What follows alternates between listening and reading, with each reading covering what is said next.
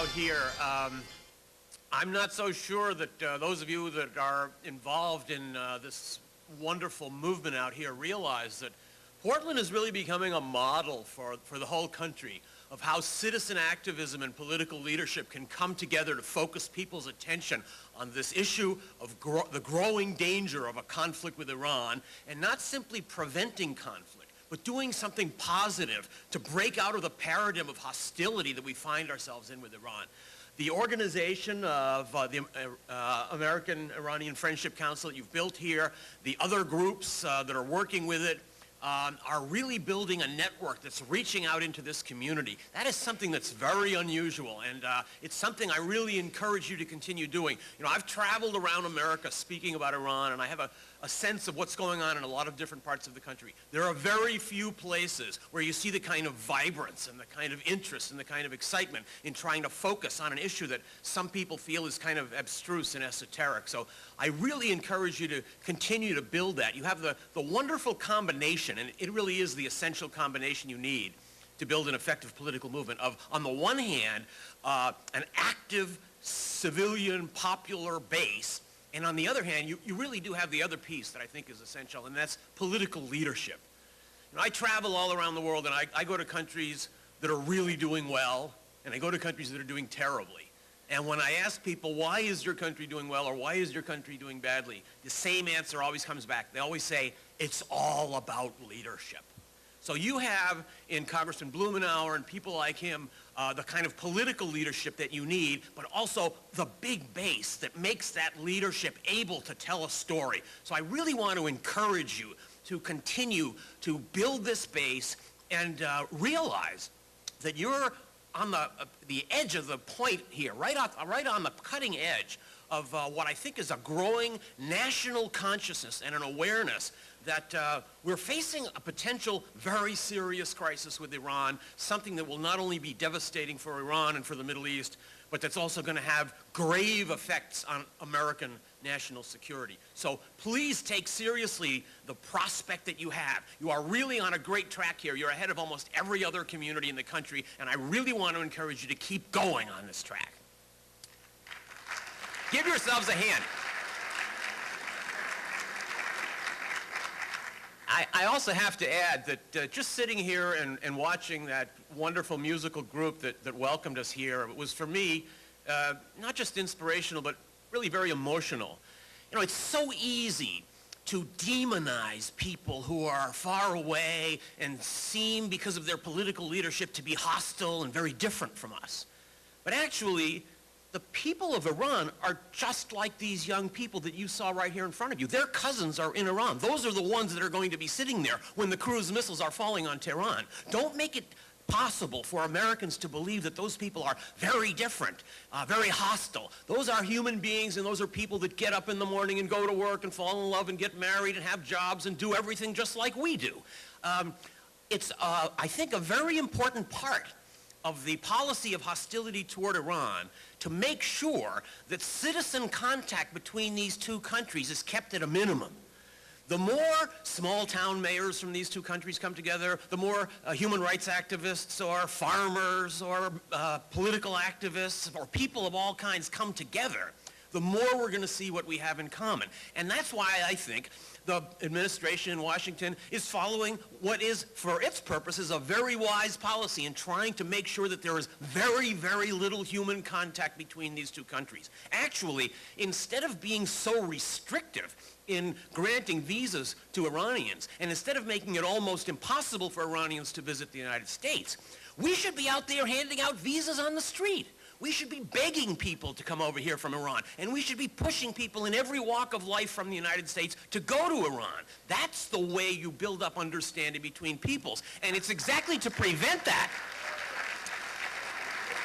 It is exactly to prevent that understanding that this draconian visa policy has been in effect. And we need to do whatever we can to try to transcend that. The Iranian-American community has a great role to play in that, but from that Iranian-American community, there needs to be a whole series of contacts and movements to bring in ordinary Americans and make them understand how much Iranians and Americans really have in common. Now, I want to talk today First of all, about the prospect that I do see for escalating conflict and possibly leading to military conflict between the United States and Iran sometime in the next 11 months. And then I'd also like to talk about the alternative. I think some of us that have been active for a long time in politics get tired after a while of always being against things. You want to be for something. And we have kind of an urgent imperative now to try to stop something bad from happening between the United States and Iran. But that isn't enough. We really need to begin a new kind of approach to Iran, something that is going to be extremely beneficial for American security in the long run.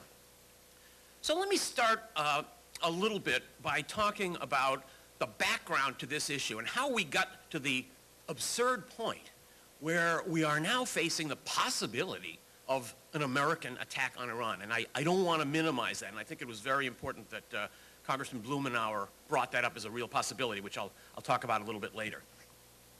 I'm going to tell you something that all the Iranians in this room know very well, but it's something that I think is very important for Americans to grasp.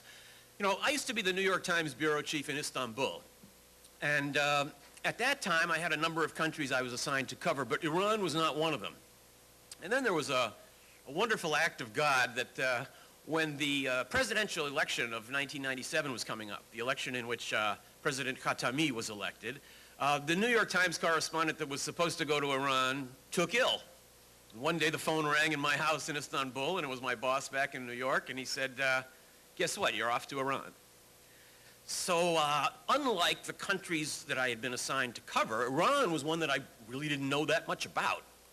But I had the chance to spend several weeks traveling all over Iran during that presidential campaign, and that was truly a fascinating, eye-opening experience. The first thing I think that becomes clear to you when you know anything about the Middle East and then you wind up in Iran is that Iran, in one fundamental way, is very different from all the other countries in that region. Most of the countries in the Middle East are what you might call fake countries. They're countries that were just invented by British diplomats drawing lines on maps in men's clubs in Pall Mall. Iran is very different from that. Iran is one of the world's oldest civilizations. It has existed more or less within the same boundaries, speaking more or less the same language for 25 centuries.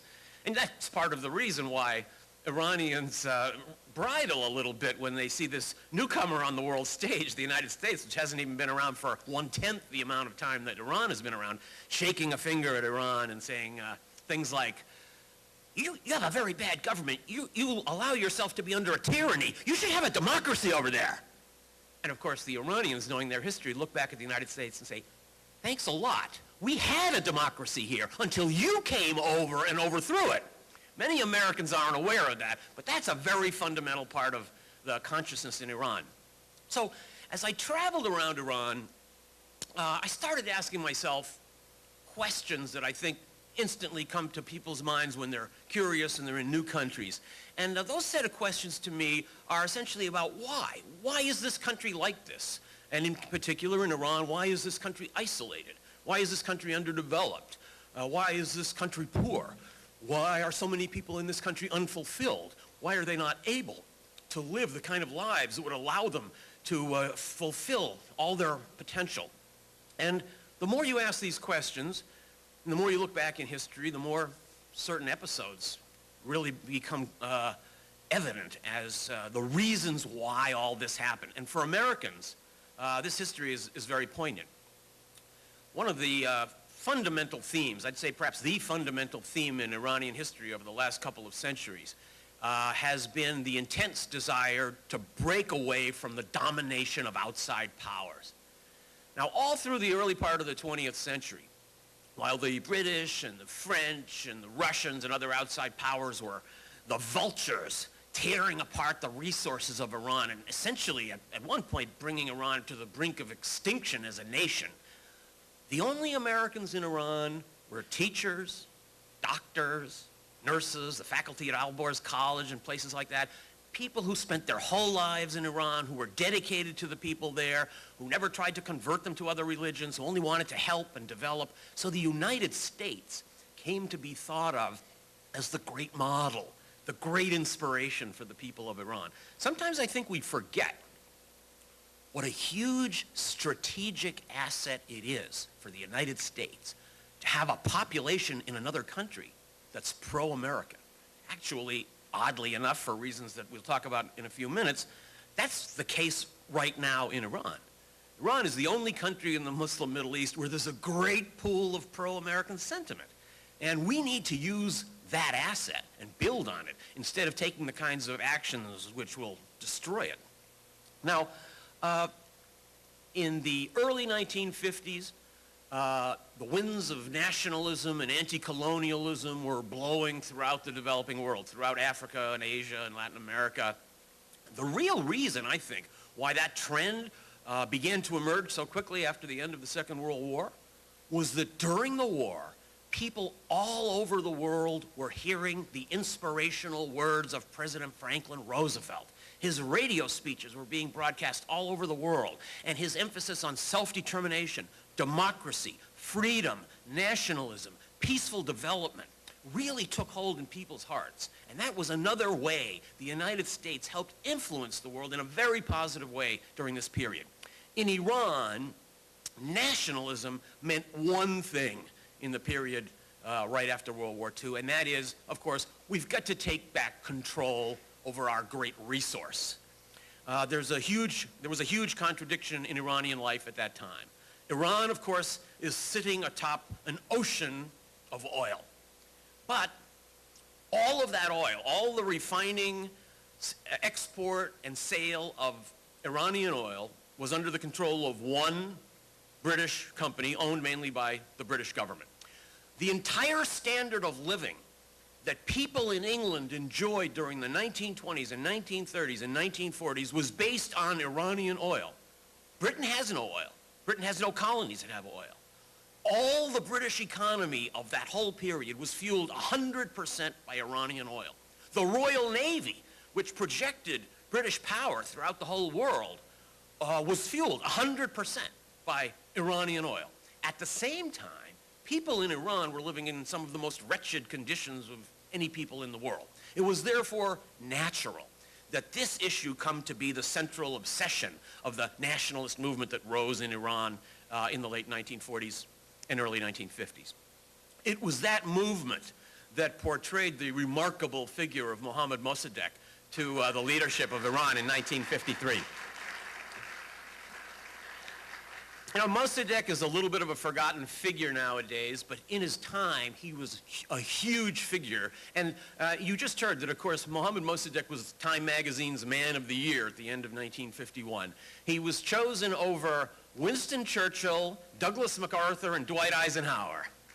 And that was a good choice. He was the most important man in the world at that time. When Mohammad Mossadegh mounted the stage of the young United Nations to resist the demands by Britain that the Security Council order Iran to hand back the oil company back to the British, he was challenging the masters of the universe in a way that no leader of a poor country ever had before. Now, when I was writing my book, All the Shah's Men, I learned early on in my research that Mossadegh had been on the cover of Time magazine. And with some difficulty, I managed to get a copy of that Time magazine. I think there must be a lot of Iranians that try to grab those copies whenever they come available, because it wasn't easy to find that one. I went to places that have every Time magazine ever published, and when they would come up from the basement after I told them which one I wanted, they'd say, gee, that one's missing. So either the Shah's agents have taken them all and burned them, or else a lot of patriotic Iranians have gone to find them. Anyway, I managed to get a copy of that Time magazine, and I had it framed, and I have it up on the wall of my office where I do my writing. And every day when I'd get up in the morning and work on the next few pages or the next chapter of this book, I had Prime Minister Mossadegh essentially looking down over my shoulder. And I had the feeling he was saying to me, tell my story, bring me back to life, bring these issues back to the attention of the world. And I felt that I was telling a huge story that had gone untold. And I used to say to myself, you know, you might write a better book than this someday. And you might write a book that sells more copies than this someday. But you are never going to find a story that was this hugely important and that is this unknown ever again. When you open a history book about the history of the post-war world, you hardly see this story referred to at all. But yet it was a huge turning point in Middle Eastern history and world history. Mossadegh was a fascinating figure. He was the most educated person in Iran at the time, the first Iranian ever to win a doctorate from a European university. He was also a very theatrical figure, as many of you know. He was very tall, and he had this big nose. Vernon Walters once said he made Jimmy Durante look like an amputee.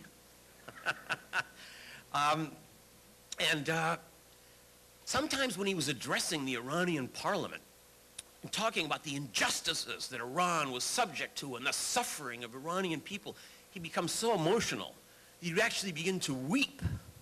And this was used by outsiders to ridicule him. Newsweek referred to him as the fainting fanatic. But people in Iran, I think, really identified with the fact that here was a guy that actually suffered with his people, although he came from a very elite aristocratic background. There's a wonderful story about the day on which Mossadegh became prime minister of Iran. Of course, prime minister in a parliamentary system is chosen by the parliament. A number of prime ministers had come and gone because they'd been unable to ride this great nationalist tide that had arisen in Iran.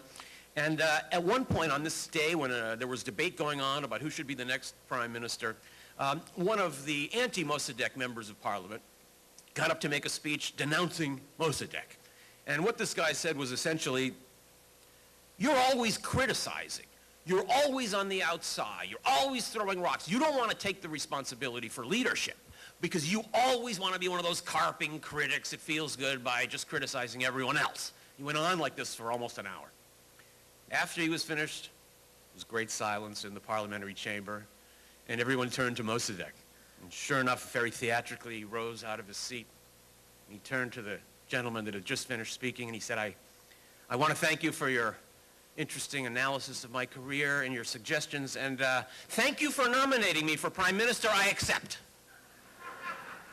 It was a stunned moment, and then huge applause in the parliament. And then, as the vote was approaching, Mossadegh said, but wait a minute, there's a condition. And he reached into his pocket, and he pulled out a piece of paper, and he held it up, and he said, this is my draft of a law to nationalize the oil company. First pass this. Then I will become your prime minister, and I will implement it. And that's exactly what happened. That nationalization law was passed unanimously by both houses of the Iranian parliament, and Mossadegh then became the leader who stood in front of the Western world and asserted Iranians' right to control their own oil resources. Now, of course, the outside world went into a kind of a panic. The British first thought about trying to bribe Mossadegh, to assassinate him. They brought him to the United Nations. They brought him to the World Court in The Hague.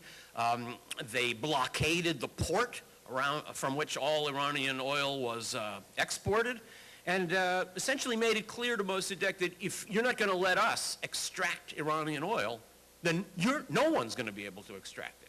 The British, of course, have been very careful not to train any Iranians on how to run those refineries. So the answer that Mossadegh gave was very simple. He said, fine, no problem, we'll just leave it in the ground. And this then sent the British into a panic. The Americans also were very upset. The Prime Minister Churchill, an old imperialist who had charged the dervish lines in Sudan and had bitterly opposed the idea of granting independence to India, had decided that he would stage a coup to overthrow Mossadegh. Mossadegh got wind of this. He found out what was going on. He did the only thing he could have done to protect himself. He closed the British embassy, and he sent all the British diplomats home. Among them were all the secret agents that were going to organize the coup. Then the British had nothing. They didn't know what to do, and they were about to lose their biggest, richest, and most lucrative foreign asset anywhere in the world. Then, at the end of 1952, a surge of excitement went through the British Foreign Office and Secret Service. The news had come from the United States that there'd been an election, there'd been a change in administration.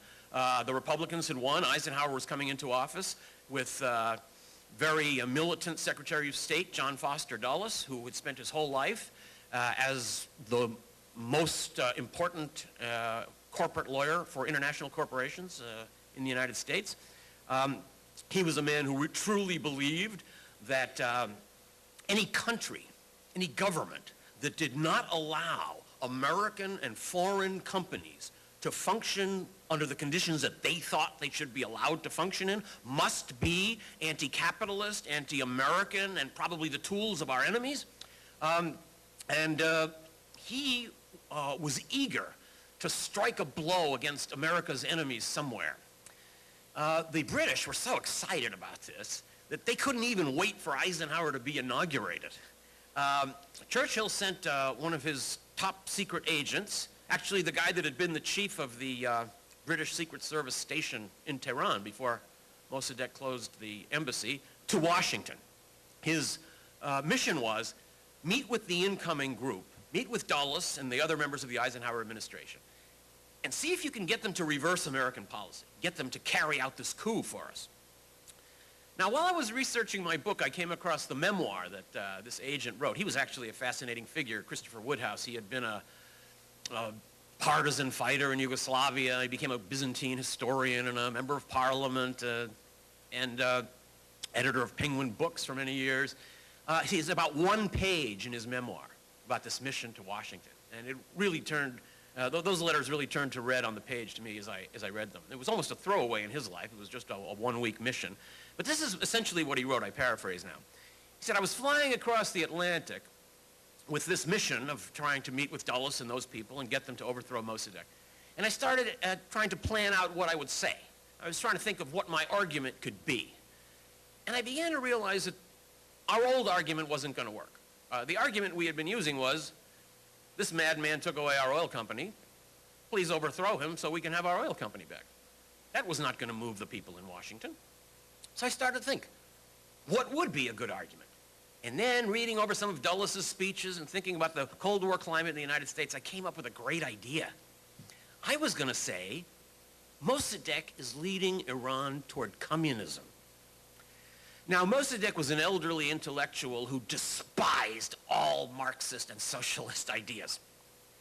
Nonetheless, the sort of utopian, non-reality-based administration we had in Washington then, a precursor to the one we have in power now, seized on this opportunity. And in fact, the only person in the higher ranks of the administration who ever raised a question about this was President Eisenhower himself. I found this in the minutes of one National Security Council meeting.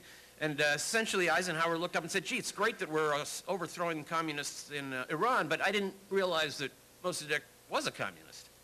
And Dulles was prepared for this. Dulles had a great answer. He said, well, of course it's true, Mossadegh is not a communist, but he's an old man. He could die. He could be overthrown. It's an open country there, which means there's a communist party. They're on the border with the Soviet Union. Anything could happen, and then some turn of events might ultimately lead Iran to become communist. And Eisenhower said, oh, okay, now I get it. That's fine. So let's go ahead and do it. The CIA sent one of its most intrepid secret agents, Kermit Roosevelt, actually the grandson of Theodore Roosevelt, who brought America into the regime change era at the beginning of the 20th century, to Iran with orders to overthrow Mossadegh. I won't go through all the details of how he did it, then none of you would have an incentive to buy my book.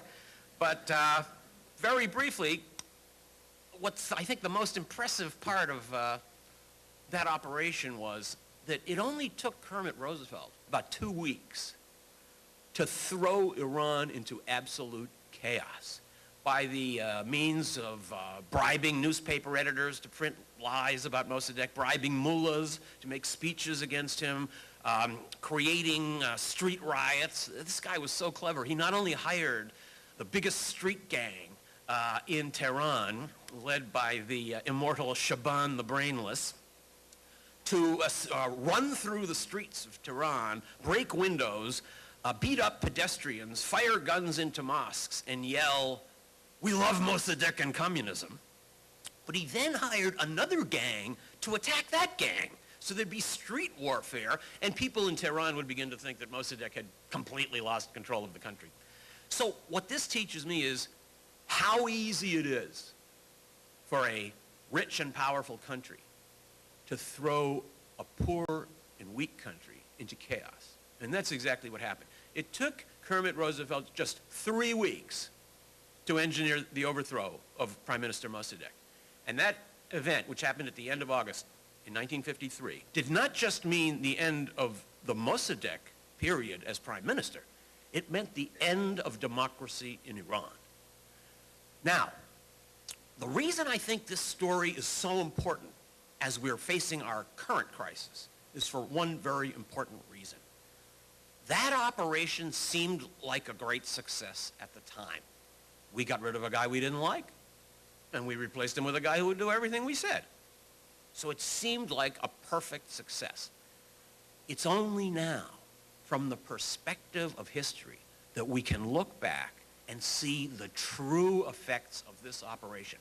Let's look back briefly and see what happened. We placed the Shah back on his peacock throne. The Shah ruled with increasing repression for 25 years. His repression produced the explosion of the late 1970s, what we call the Islamic Revolution.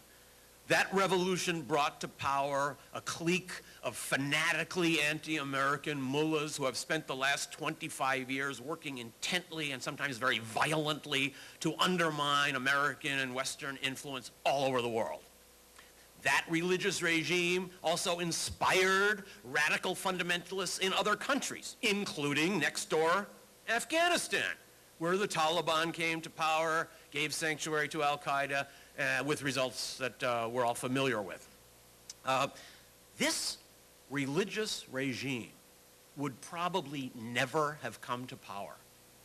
And this nuclear crisis we're facing with Iran would probably never have emerged if the United States had simply allowed the American-style democracy in Iran to take its own course. That government was doing some things that we didn't like.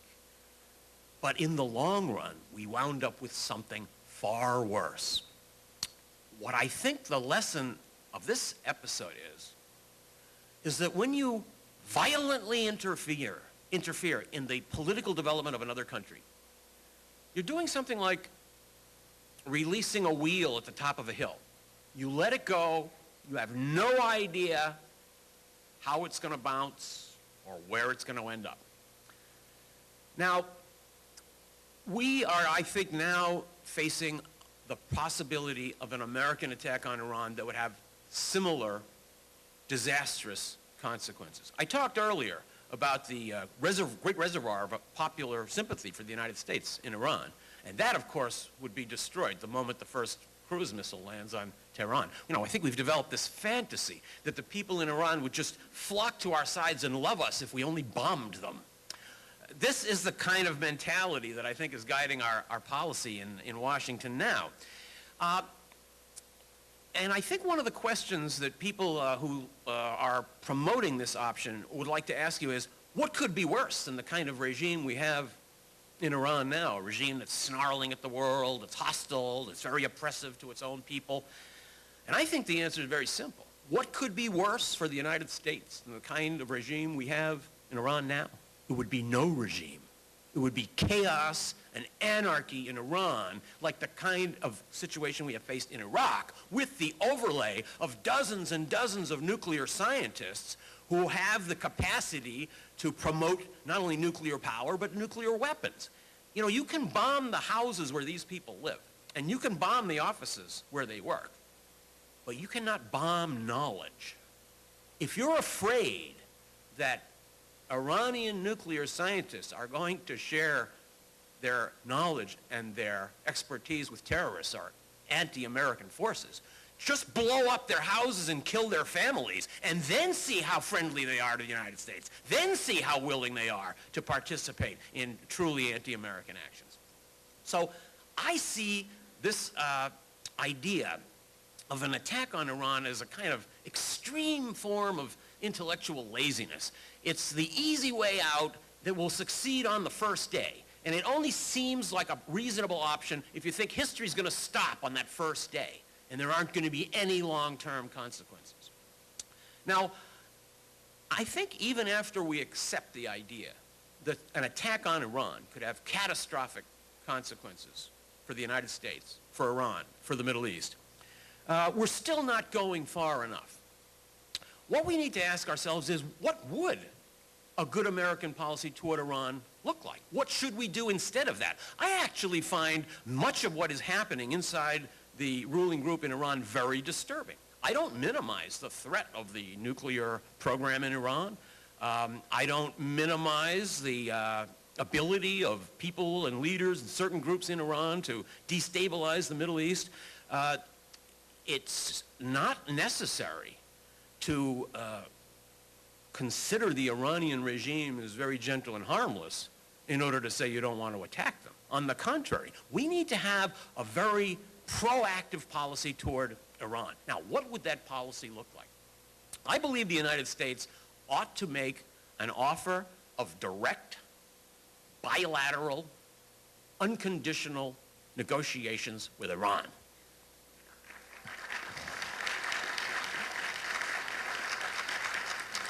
They need to be direct and bilateral because only the United States can offer Iran the security guarantees that it would need to make substantial concessions to the outside world. I actually think that just making the offer would set off quite an interesting dynamic in Iran and inside the Iranian government. There would be lots of debate. Is this a trick? Should we accept it? Is this a good idea? I think democratic forces in Iran would feel a surge of enthusiasm and excitement about this. It's not at all sure that a negotiating process would produce this global agreement that might produce a new paradigm in the Middle East. We certainly are not going to reach that conclusion, however, if we don't try. Now, there is a very interesting model that I like to use for how this process could begin. And it's the model that the United States used when we began to break out of the paradigm of hostility and conflict with another bitterly anti-American power 30 years ago, and that was China. Some of us are old enough to remember that the kind of demonization that we are now seeing toward Iran was the very same kind of thing we were told about China. China was implacably evil. China hated the United States. There was no possibility of any contact with China. The Chinese had overthrown a wonderful leader who had been a friend of the United States. The pattern is all there. Now, the very first document that was signed in that process of normalizing relations between the United States and China was something called the Shanghai Communicate. I've gone back and read that communique now, and it really is, I mean, if you live long enough, you see anything. Now I'm even ready to say something nice about Richard Nixon. It was a masterpiece of diplomacy. I'm not going to even mention who was his Secretary of State. I can't go that far. So what was the Shanghai Communique? It was just the beginning of a process. It was a list of all the topics we need to talk about. Now, the United States has some very serious and very legitimate complaints about Iranian behavior in the world. You must understand that Iran also has some very legitimate complaints about the United States. I think that might be one reason why the United States has been so reluctant to open this process. Any negotiating process, by definition, involves compromise on both sides. I think there are some people in Washington that still haven't gotten to the point where they could imagine that the United States should ever compromise with Iran. And you know, I've asked many Iranian scholars and other experts this question I find very puzzling, which is, why is it that since the United States has been able to develop open and sometimes even friendly relationships with very repressive and odious regimes in many parts of the world, we're not able to do this with Iran? And many of them give me the same answer. They say it's not really political, it's psychological. There are some people in the American foreign policy establishment who believe that the Iranian government has hit us several times. They took away our Shah. They humiliated us deeply with their outrageous seizure of American diplomats in 1979. They have been involved in other anti-American activities in the Middle East, and we've never hit them back. So we need to hit them first. Then we bring them down to size. Then we will negotiate with them. This is not the way to produce stability. And I've often found it very bizarre that the United States, which is at the top of the world pyramid now, would want to pursue policies that promote upheaval and instability and turmoil. That's what the poor, deprived countries want to do. That's why revolutions are always fomented by people that are poor and miserable. The rich people don't make revolutions. They have everything to gain by keeping things the way they are. The United States is now in a position in the world where stability should be our great goal. And this Trotskyite policy of going all over the world and trying to foment permanent revolution, permanent conflict, permanent upheaval, is not good for us. So I think there really is the option for trying to reach a global accord with Iran. And I'd go even further than suggesting that this policy could calm tensions and could reduce the prospect of a conflict involving Iran in the Middle East. I believe that if the United States were to take this kind of negotiating process seriously, we would find that not only are Iran and the United States not fated to be enemies forever, but we actually have many strategic interests in common. Iran is desperate to stabilize Iraq and Afghanistan, just as desperate as we would be if Canada and Mexico were in upheaval. Iran is a bitter enemy of radical Sunni movements like the Taliban and Al-Qaeda. Iran is very eager to assure free flow of Middle Eastern oil to the outside world. The Iranian oil industry is in a terrible state. It needs billions of dollars of investment. The United States has the know-how and the capital to do that. Are you listening, Halliburton? So I think there actually is the basis for a relationship between Iran and the United States that's more than just an end to hostility. We actually have the basis for a long-term positive relationship with Iran, and the great popular sympathy that exists for the United States in Iran, which is quite remarkable considering the Mossadegh coup and the U.S. support for Saddam in the Iran-Iraq war, is a huge asset for us. Now let me just conclude by re-emphasizing one point that I think is very important for all of us to take seriously and not to lose sight of. And that is that the prospect of an American attack on Iran has not evaporated. I believe, actually, that the anesthetizing of American public opinion on this subject is possibly a prerequisite for an attack. It's to calm everyone down and make people believe that the prospects for this have evaporated that makes the attack even more possible. In a way, the National Intelligence Estimate, which we might think undermines the case for war, could have the opposite effect. I think there are people in Washington now who are saying, before that came out, we had the prospect of bringing the Security Council and the world powers along with us on a program of tight sanctions against Iran. They won't do that anymore. They've lost the sanctions option. We're going to have to go to the military option. I think other trends in the United States, including the sense that this thing isn't going to happen, actually do make it more likely. It is so easy to cook up an incident that can lead to a spiral of hostility. Look back at what happened. This is a little episode some of you will remember, although it's sort of faded away now, about 6 months ago, when a few dozen British Marines were captured in the Persian Gulf by an Iranian patrol boat. I watched the press conference that Tony Blair gave a couple of days afterwards, and it was very remarkable. I'll never forget that. He made a statement that we were going to negotiate, we were going to use diplomatic means to get these soldiers out. So the journalist says, but what if the negotiations don't work? And he said, the negotiations have to work. And then someone said, but what's plan B? There is no plan B. It was back and forth. There were about 20 questions, same question over and over. What if negotiations don't work? What if diplomacy doesn't work? And his answer was constantly, it has to work. There is no other option. We are going to talk, we're going to make clear what happened, we're going to have a peaceful conversation, and we're going to get our Marines back. Imagine what would have happened if those had been American Marines.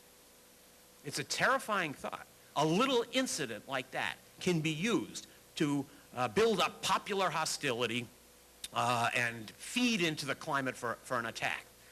So I fear that the possibility still exists that sometime in the next 11 months, we might wake up to the news that cruise missiles are raining down on Isfahan and Tehran.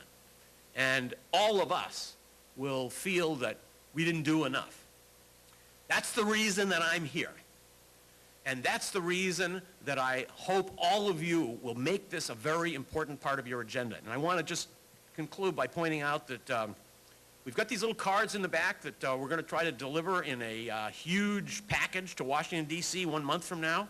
I'm going around into 22 different cities trying to collect these. I want to make sure that this community, which is so well represented in the movement for peace with Iran, gives us a big, thick dossier. We've also got the little newsletter that Just Foreign Policy has put out with a list of things that people can do, individual citizens can do to prevent this from happening. Don't allow a situation to emerge where we wind up at war and people think to themselves they didn't do enough to stop it. There is something to do. This is our time. This is a moment when all the people in this room can make a difference in history. I want to finish by telling you one story, and it's one of the reasons that brought me here today. I was a reporter for the New York Times for more than 20 years. And during the time when the United States and the American press were playing such a shameful role in cheerleading for the run-up to the Iraq War, I was a New York Times reporter. And I was sitting around one night with a friend of mine who's a professor of Middle Eastern Studies at University of Chicago. And we were moaning about what a terrible idea this was. And we were just sitting there with our drinks and practically in tears. And we were just exchanging arguments about what a bad idea this was. And my friend would say something like, oh, what do you think the Sunnis and the Shiites will do once Saddam is gone in Iraq? And then we have another drink. And I'd say something like, oh, how do you think the Turks are going to like it when the independent Kurdistan emerges in northern Iraq? Another drink. By the end of the evening, we had to have taxis to take us home.